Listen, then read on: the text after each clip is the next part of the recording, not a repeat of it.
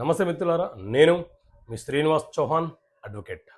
So మిత్రులారా, మన నిత్య జీవితంలో ప్రతి చర్య కూడా చట్టాలకి అవినాభావ సంబంధం కలిగి ఉంటుంది. కాబట్టి చట్టాల మీద ప్రజలకు కనీస అవగాహన ఉండాలనే ఉద్దేశంతో వేల వీడియోలు మీకు అందించాను మిత్రులారా. అలాగే ప్రతి ఇంట్లో చట్టపరమైన అంశాలను వివరించే ఒక పుస్తకం ఉండాలనే ఉద్దేశంతో చట్టపరమైన సమస్యలకు పరిష్కారాలు అనే పుస్తకాన్ని కూడా మీ ముందుకు తీసుకొచ్చాను. సో ఈ పుస్తకం కొనే వ్యక్తులు ఇక్కడ కనిపిస్తున్న నెంబర్కి కాల్ చేసి ఆర్డర్ చేసుకోవచ్చు.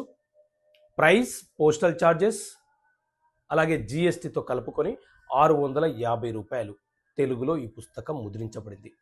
సరే, ఈ పుస్తకంలో ఏముంది అనే అంశం గురించి ఒక్కొక్క వీడియోలో అప్పుడప్పుడు కొంత విశదీకరించే ప్రయత్నం చేస్తాం. రైట్, ఈ పుస్తకంలో ఉన్న ఒక అంశం గురించి తెలుసుకునే ప్రయత్నం చేద్దాం. రైట్, డాక్యుమెంట్ పైన వేలు ముద్రలు తీసుకునేటప్పుడు ఏ చేతి వేలు ముద్రలు తీసుకోవాలి?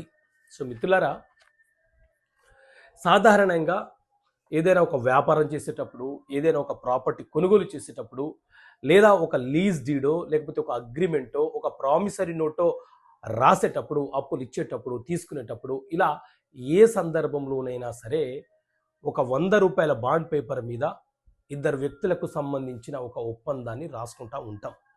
సో ఇలా రాసుకునే తరుణంలో ఎవరైతే మనకు ఆ ఒప్పందాన్ని ఒప్పుకొని ఇష్టపూర్వకంగా సంతకం చేయడానికి ముందుకొచ్చారో ఆ సందర్భంలో ఆ వ్యక్తుల యొక్క సంతకాలను ఏ చేతి బొటనవేలు సంతకాలను తీసుకోవాలి?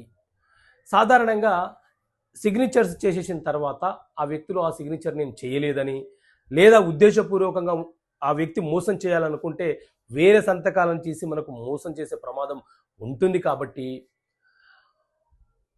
2016లో Venkata Subbamma versus state of Andhra Pradesh అనే కేసులో హైకోర్టు కూడా చాలా కీలకమైనటువంటి తీర్పునిచ్చింది.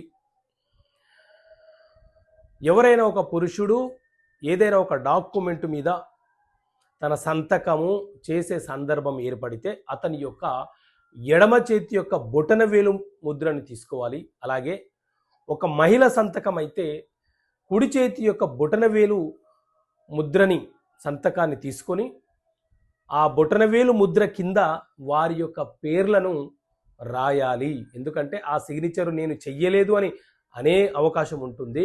కాబట్టి వారి యొక్క బొటనవేలు ముద్రలను తీసుకోవడం వల్ల ఆ డాక్యుమెంట్కి ఖచ్చితత్వం వస్తుంది. ఆ అగ్రిమెంట్కి ఒప్పుకున్న వ్యక్తులు అది ఫోర్జరీ అని చెప్పడానికి అవకాశం ఉండదు.